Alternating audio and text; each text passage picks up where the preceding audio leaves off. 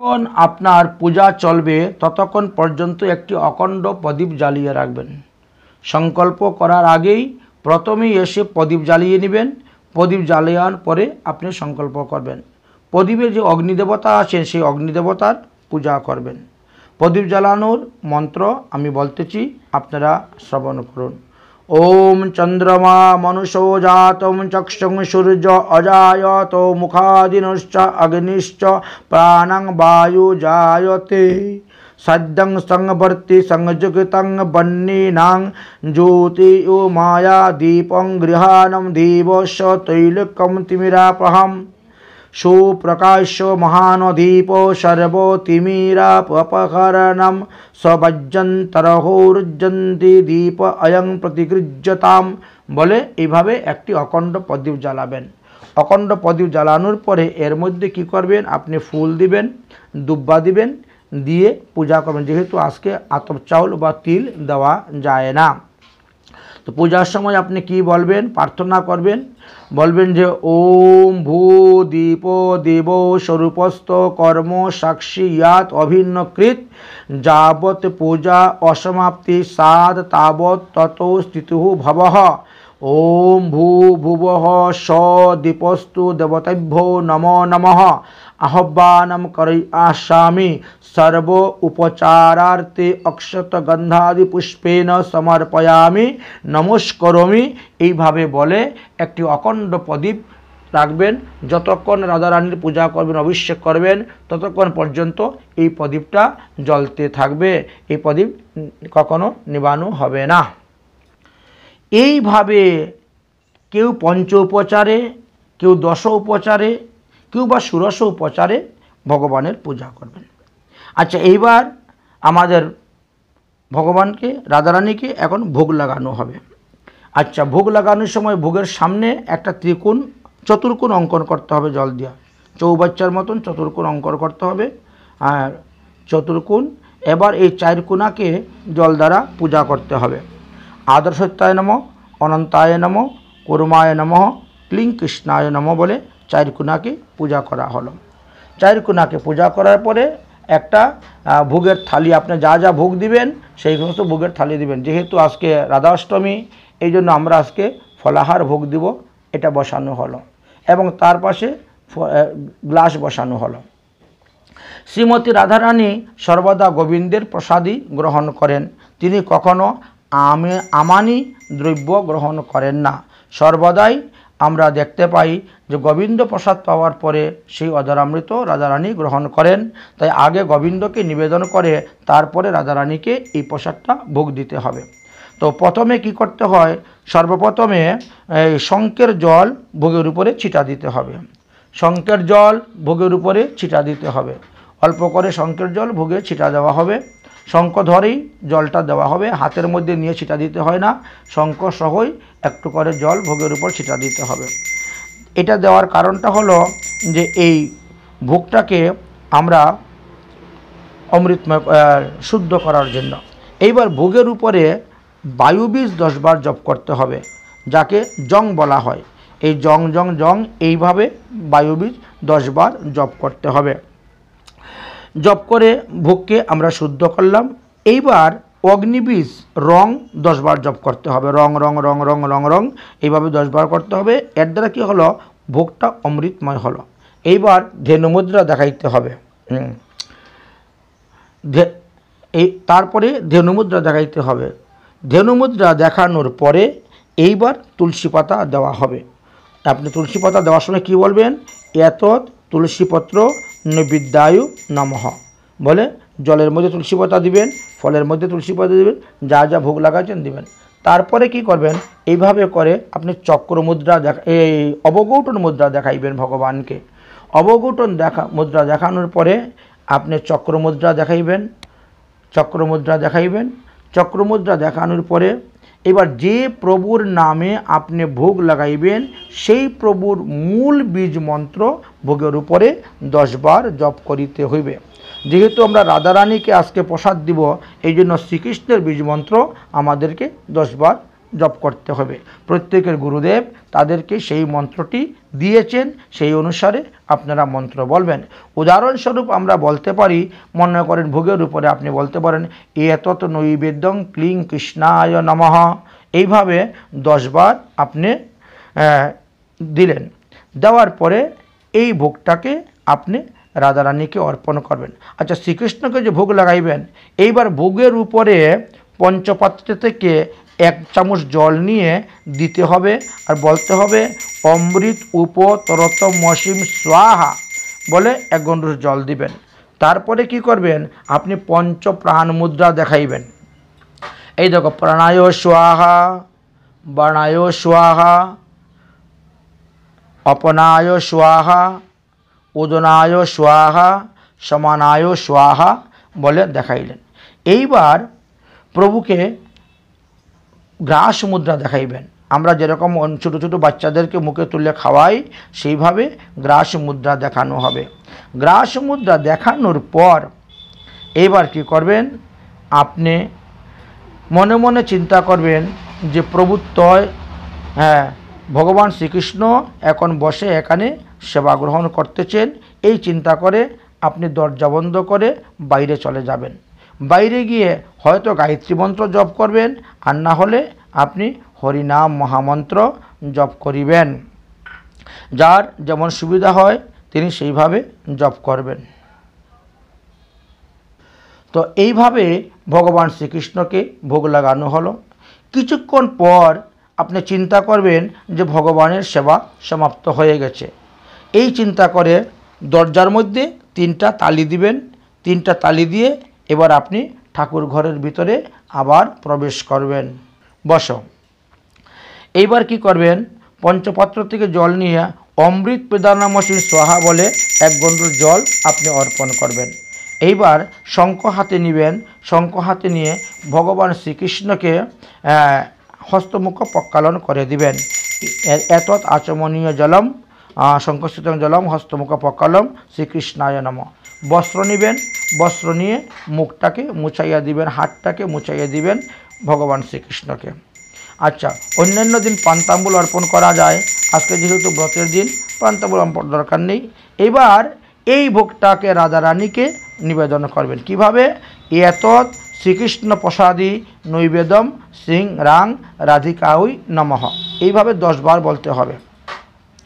এতৎ নৈবেদং প্রসাদী সিং রাং রাধিকাই নমঃ, এইভাবে 10 বার উচ্চারণ করলে পরে এবার রাধারানীর নামে ভোগটা লেগে গেল।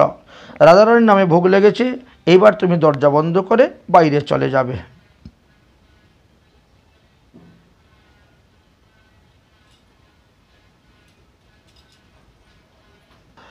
কিছুক্ষণ পরে রাধারানী ভোগ প্রসাদ পেয়ে গেছেন, এরকম চিন্তন করিয়া দরজার মধ্যে 3 তালি দিয়ে এসে তুমি বসবে। আবার বাম হাতে ঘণ্টা নেবে, ডাইন হাতে পঞ্চপাত্রে জল নেবে, নিয়ে অমৃত পিদান্নমসী সোহা বলে 1 গণ্ডূষ জল ত্যাগ করবে। এইবার শঙ্খ নেবে, শঙ্খ নিয়ে রাধারানীর হাত এবং মুখ ধৌত করিবে। এতৎ আচমনীয় জলং শঙ্খস্থিত শ্রীহস্তে সিংরাং রাধিকায়ু নমঃ। বস্ত্র দিয়ে মুছিয়ে দিবেন। এতৎ পুঞ্জং বস্ত্রম সাপি সিংরাং রাধিকায় নমঃ বলে দিবেন। তারপরে এই প্রসাদটা ললিতাদি সখীবৃন্দকে দান করা হবে এবং গুরুবর্গকে দান করিবেন। এখন কথা হলো, যদি কেউ অখণ্ড ঋতুফল দান করতে যান তাহলে সেটার মন্ত্র কিন্তু আলাদা, সেই মন্ত্রটা বলতেছি, শ্রবণ করুন। যদি কেউ মনে করে যে আমি অখণ্ড ঋতুফল ভগবানকে দান করব, তাহলে বাজার থেকে কিনে আনে ফলগুলাকে ভালো করে জল দিয়ে ধুয়ে নেবেন। ধোয়ার পরে একটা থালের মধ্যে সুন্দর করে সাজাবেন। সাজানোর পরে ওর উপরে তুলসী পাতা দিবেন। তুলসী পাতা দিয়ে আপনি মন্ত্র বলবেন, ওম ইয়াহা ফলানিয়া অফলা অপুষ্পাহা ইয়াশ্চ পুষ্পানি বৃহস্পতি প্রসূতামস্তাং নো মঞ্চন তং গোম হসহ ইদম ফলম ময়া দেব স্থাপিতং পুরত স্তবঃ তেন মে স ফলাবাপ্তি ভবেত জন্মানি জন্মানি শ্রী রাং রাধিকাयै নমঃ অখণ্ড ঋতুফলম সমর্পয়ামি। ওম ওম নভ্যাসি দন্তহরিক্ষং শ্রীসুন্দং সমবর্তত পদ্ভ্যাং ভূমিদৃশ্যৌ সুত্তং তয়া লোকে ও কল্পয়न् তদীয়ं বস্তু রাধারানী তুভ্যম এবং সমর্পয়েৎ গৃহাণং সমুখো ভুক্তা প্রসিদ্ধম পরমেশ্বরী।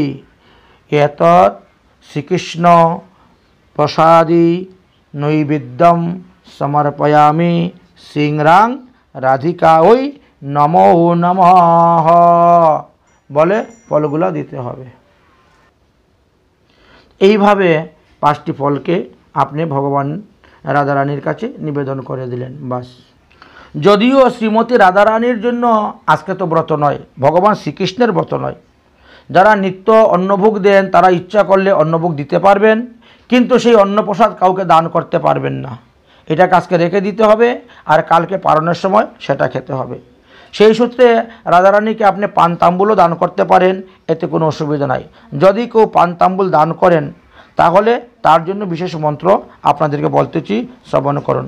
ওম ইয়তে পুষ্পরেণুম হবিষ্বাং দেবং যজ্ঞম অন্তবন বসন্ত সদ্দাসি যদ্দম গ্রীষ্মং ভ্রীণং শরদ দেবী ফগি ফলম মহুত দিব্যং নাগবল্লরী সংযুক্তম এলাচি লবঙ্গ সংযুক্ত তাম্বুলম প্রতিগৃহ্যতাম শ্রীরাং রাধিকায় নমঃ এলাচি লবঙ্গ ফগিফল সংযুক্ত পান তাম্বুলম সমর্পয়ামি।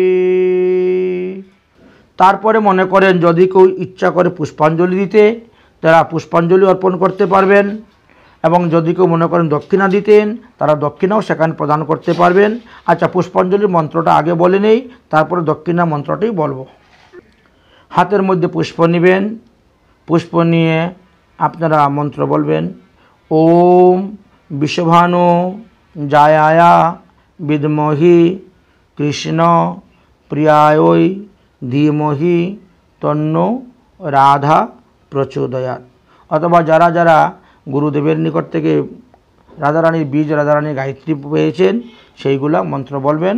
তারপরে বলবেন নানা সুগন্ধি পুষ্পানি যথাকালে সমুদ্ভব পুষ্পাঞ্জলি ময়া দৈত্যাম গৃহাণং পরমেশ্বরী কায়েন বাচা মনুষ্যেন্দ্র এর্বা বুদ্ধান্ত আত্মা ভানুস্মৃত স্বভাবা করতি সদ্যং সকলৈ পরশমিহি রাধিকাयै দিব্যে সমর্পয়েতে শ্রীরাং রাধিকাयै নমঃ মন্ত্র পুষ্পাঞ্জলি সমর্পয়ামি বলে পুষ্প দিয়ে দিবেন। দাও।